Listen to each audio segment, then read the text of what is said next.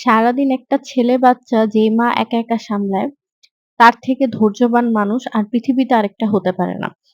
Just see আমি একটুর জন্য একটা কাজে গেছি। আমার ছেলে এখানে মুড়ি দিয়ে পুরা বাসা, পুরা বেড আমার একদম উল্টাপুল্টা করে ফেলছে। সে নাকি পিজ্জা বানাইছে। মানে মুড়িটা রাউন্ড করে দিয়ে সেটা পিজ্জা বানায়। সে এভাবে পিজ্জা, পিজ্জা খেলতেছে। তো যাই হোক, সো ঐদিন বাসায় একটু রান্না-বান্নার ঝামেলা ছিল।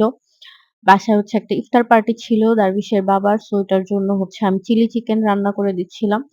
আর এখানে এই যে আবার মানে এখানে শরবতটা রেডি করে রাখছে। এখন সে গেছে এটা সবাইকে সার্ভ করবে।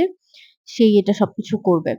তারপরে লাস্টের দিকে হচ্ছে আমি বিরিয়ানিতে বেরেস্তাটা এড করে দিলাম। তারপরে আমাদের ইফতার শেষ করে বাসার টুকটাক কাজ শেষ করে ইফতারের পরে তো বাসায় কাজই কাজ।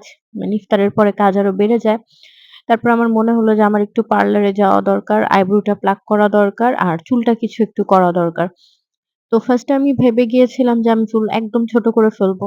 কারণ আগের দিন রাতে আমার মন চাচ্ছিল আমি আবার চুল ছোট করে ফেলি। তারপরে ভাবলাম যে না চুল এমনিই খুব বেশি বড় হয় নাই।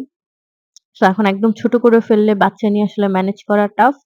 তারপর অনেক চিন্তা ভাবনার পরে অনেকক্ষণ বসে থেকে চিন্তা করলাম যে আচ্ছা আমি সামনের দিক একটু লেয়ার দেই তাহলে আমার চুলটা একটু সেট লাগবে।